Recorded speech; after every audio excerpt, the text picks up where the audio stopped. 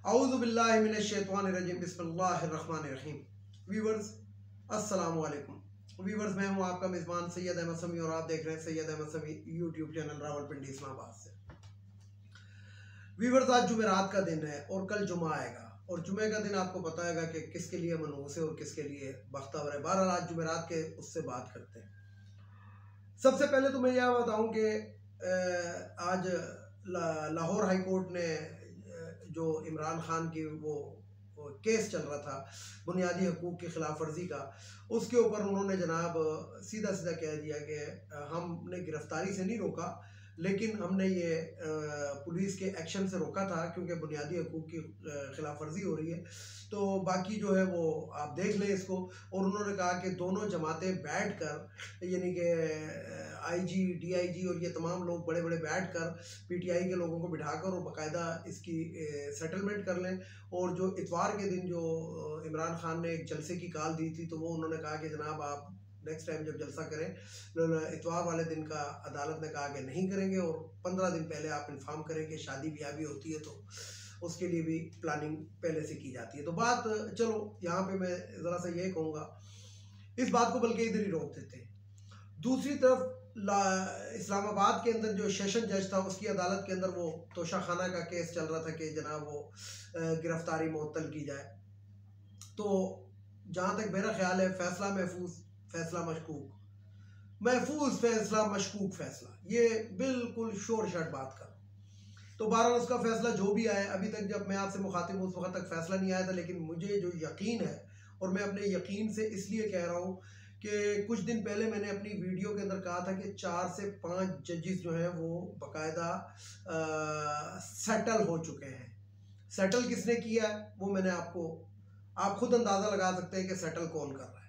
तो 3 से 4 जजेस उसमें सेटल हो चुके हैं और उसके अंदर जाहिर बात है कि जो सेशन जज है ये एक ऐसा तबका है कि इनको आपको मालूम ही है कि यहाँ पे तो इनका तो सारा कुछ ही बिका हुआ होता है।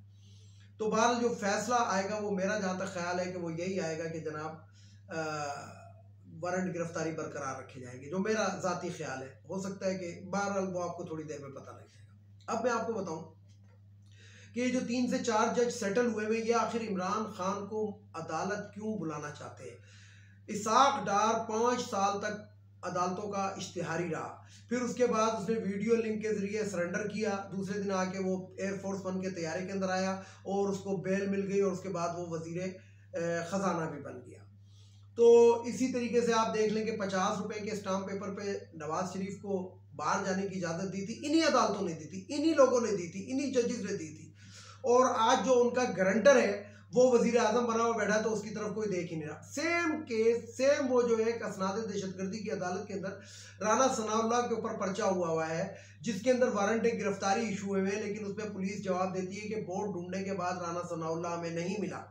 अब मैं वहाँ के लोगों को यह ज़रूर कहूँगा कि जहाँ पे भी राना सनाउल्लाह हो, अगर वहाँ पे पीटीआई के वर्कर्स हैं तो वो उसका घेराव कर लें और उसके बाद जनाब मुतल्लिका थाने को बताएं कि जनाब हम ये बंदा यहाँ पर मौजूद है और हम इसको निकलने नहीं दे रहे। दूसरी बात मैं आपको बताऊँ, एक बड़ी खौफनाक मैं आपको बात बताना चाह रहा था और ये मैं कल के व्लॉग में बताना चाह रहा था, लेकिन टाइम ज़रा शॉर्ट था। तो आज मैं आपको बताऊं कि एक बहुत बड़ी और भयानक साजिश पाकिस्तान के ख़िलाफ़ तैयार हुई हुई है, जिसके अंदर हमारी जो पीडीएम की हुकूमत है ये पूरी तरह इन्वॉल्व है। और उसके अंदर मैं तो सरेआम ही कहता हूँ कि हाजी, बाजी और ये तमाम के तमाम इंक्लूड हैं और अब तो हाफिज साहब भी हैं। तो प्लान ये था कि इमरान खान को किसी तरीके से गिरफ्तार किया जाए और उसके बाद उसको एक लंबे अरसे के लिए, जिसे कहते हैं कि नज़रबंद कर दिया जाए।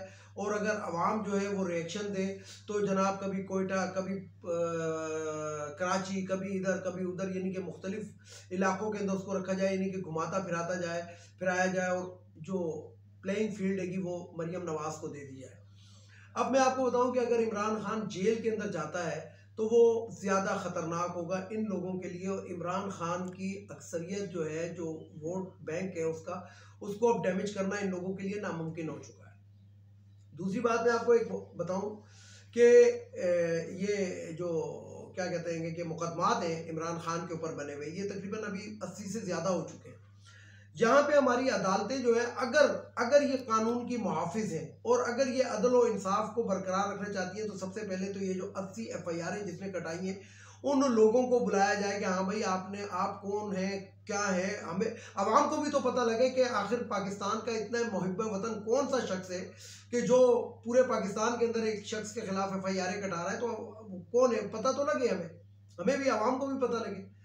तो इस तरफ अदालत नहीं आती, बल्कि अदालत जो है वो दूसरी तरफ ही चल रही है। सेम ज़ेबा चौधरी का केस मैं आपको लूँ, प्लांटेड केस हैगा और ज़ेबा चौधरी को एक वो बनाया गया और ज़ेबा चौधरी साहिबा बनी हुई है। ये भी मैं आपको बताऊँ कि ज़ेबा चौधरी साहिबा जो है पता नहीं किसकी मंजूर नज़र है, क्या है, प्लाट उनके पास भी हैगा। और प्लाट जिसके पास होता है आपको पता है कि वो जो प्लाट की मालकन होती है वो तो फिर मालकन ही होती है।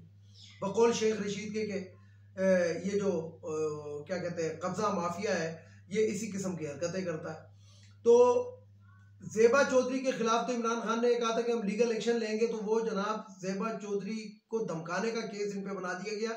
लेकिन मरियम नवाज ने अपने जलसे के अंदर जो हाजिर सिटिंग जजेस की जो तस्वीरें लगाई थी उसके ऊपर अभी तक एक्शन नहीं लिया गया। ये हमारी समझ से बाहर है। यानी कि जो अदालतों का और इंसाफ का दूरा मयार है, इसके अंदर आवाम को बहुत बड़ा धचका लगा हुआ है।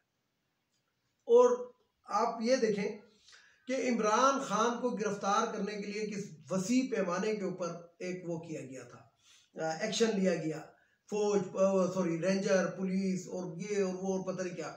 अच्छा, उसमें पुलिस का किरदार भी कुछ थोड़ा सा मशकूक इसलिए नज़र आ रहा है कि फेसबुक पे आपने देखा होगा कि जूतों के अंदर फ़र्क है, वर्दियों के अंदर ज़रा सा फ़र्क है। और लेटेस्ट एक जो तस्वीर शाया हुई है जिसके अंदर एक खातून के ऊपर एक पुलिस वाला राइफल जो है वो उठाकर मारने की कोशिश कर रहा है या मार रहा है, क्योंकि वो तो तस्वीर है, वीडियो नहीं है।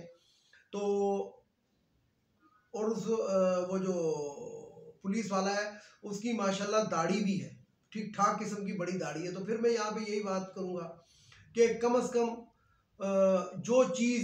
जिस चीज़ की आप जिन लोगों से आप रहनुमाई हासिल करते हैं, तो उनको कम से कम ये बताएं कि जनाब हमारा जो वक़ार है वो इस चीज़ का हमें इजाज़त नहीं दे रहा कि हम बारिश होते हुए एक खातून के ऊपर हाथ उठाएं। लेकिन मैं आपको बताऊं कि पाकिस्तान के अंदर सबसे ज़्यादा जो तशद्दुद करते हैं और जो तशद्दुद पसंद होते हैं और पुलिस के अंदर अगर वो होते हैं, तो उनका आप देखें तो उनका चेहरा भी इसी किस्म का होगा जो चेहरा इस फेसबुक के ऊपर लोगों को दिखाया जा रहा है। तो मैं क्या बात कर रहा था कि इमरान खान के खिलाफ साजिश, तो इमरान खान के खिलाफ नहीं, ये पूरे पाकिस्तान के खिलाफ एक बहुत बड़ी साजिश हुई है, की जा रही है। और इसके अंदर अवाम की पल्स को नहीं देखा जा रहा, अवाम के उसको नहीं देखा जा रहा, सिर्फ अपने जो वो जो कहते हैं ना कि अपना कुल्ला नीचे ना, जो कुल्ला कहते हैं वो जो एक खास किस्म की पगड़ी होती है जिसके ऊपर एक ताज बना होता है, उसको कुल्ला कहते हैं, कि अपना कुल्ला नीचे ना हो जाए, बेशक दूसरे को रगड़ दो। अवाम को तो कोई पुरसाने हाल रहा ही नहीं ना। आज दोबारा पेट्रोल की कीमत के अंदर 5 रुपए इजाफा कर दिया गया। रजा रब्बानी साहब सेनेट में खड़े होकर फरमा रहे, और ये रजा रब्बानी जो है ये पाकिस्तान की सियासत का सबसे बदनुमा धब्बा है। वो रजा रब्बानी साहब फरमाते हैं कि IMF को 2 टोक जवाब देना चाहिए। भाईजान, सेनेट में आप बैठे हुए, ऐवान बाला कहलाता है, बिल आपके होते हुए पास होते हैं, जब बिल आता है तो आप लोग ही पास करते हैं तो आगे जाता है, मत पास करवाए ना बिल। एक तरफ आप ये बयान दे के अवाम को वो कर देते हैं कि हाँ जी हम तो आपके बड़े खैर ख्वाह, और दूसरी तरफ आप क्या करते हैं, आप उसी लोगों की पैदावार है। जब यूसुफ रजा गिलानी के अंदर 50 पैसे पेट्रोल बढ़ता था तो कहता था कि नहीं अवाम पे बोझ पड़ेगा, और 4 रुपए बढ़ना होता था तो धड़ल करके बढ़ाता था। तो ये जो दोगले और मुनाफकत भरे चेहरे, क्या आप लोगों ने ठेका लिया हुआ कि आप ही लोग आके सारी जिंदगी पार्लियामेंट के अंदर और ऐवान बाला और ऐवान नशी और ऐवान उसके अंदर बैठेंगे? आपके अलावा क्या पाकिस्तान में किसी का चेहरा बर्दाश्त नहीं कर सकते? ये सिर्फ और सिर्फ इक्तदार की जंग है, और वो लोग लड़ रहे हैं कि जो 50-50, 40-40 साल हो गए इन्हीं ऐवानों में बैठे हुए, और अब वो जो है गली और कूचों के अंदर जो है वो फिरने के काबिल नहीं रहे, तो वो कहते हैं कि हम इधर से चिपटे नहीं। मुशाहिदुल्लाह जो था वो इसकी सबसे वो मिसाल थी कि मरते मर गया, सीट ना छोड़ी, और करप्शन की ऐसी आला मिसाल कायम की कि PIA के अंदर एक लोडर से लेके और एक ऊपर के अफसर तक जो है वो उसका रिश्तेदार था। उसके भाई जो थे मुशाहिद हुसैन सैयद के, लोग तो कहेंगे मुशाहिद के अल्लाह उसको जन्नत में भेजे। जन्नत में अल्लाह ताला कैसे भेजे जब करप्शन के अंदर तुम्हारे इतने हाथ थे?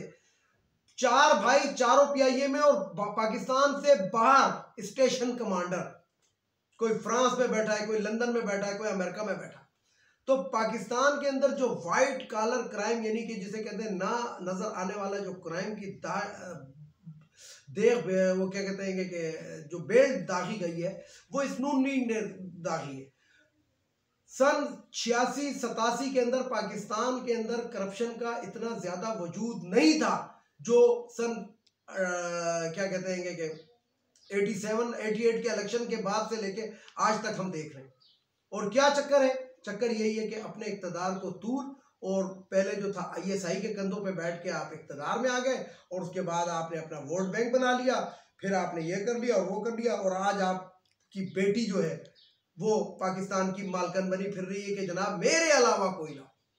ऐसे नहीं होता। अब अवाम फैसला खुद करेगी। और मैं फिर आज कहूँ कि अगर इमरान खान को गिरफ्तार करने की कोशिश करें तो अवाम बाहर निकले, पाकिस्तान की खातिर निकले। इमरान खान अपनी नहीं, पाकिस्तान की जंग लड़ा है। और सबसे आखिर में मैं यही बात करूंगा कि इमरान खान को ये कहते हैं कि वो गिरफ्तार करो और जेल में डालो। कायदे आजम मोहम्मद अली जिन्ना, जिसने पूरा पाकिस्तान हासिल कर लिया था अंग्रेजों से, वो जेल में नहीं रहे थे, एक दिन भी जेल में नहीं रहे थे, और ना उनको मुसलमानों ने कैद होने दिया था, जेल में गांधी रहा था। वीडियो को लाइक करें, शेयर करें, सब्सक्राइब करें, बेल आइकन के बटन को जरूर दबाएं ताकि मेरी नेक्स्ट वीडियो आपको मिल सके। इसके साथ ही इजाज़त चाहता हूँ तमाम देखने सुनने वालों को। अल्लाह हाफिज़। पाकिस्तान जिंदाबाद।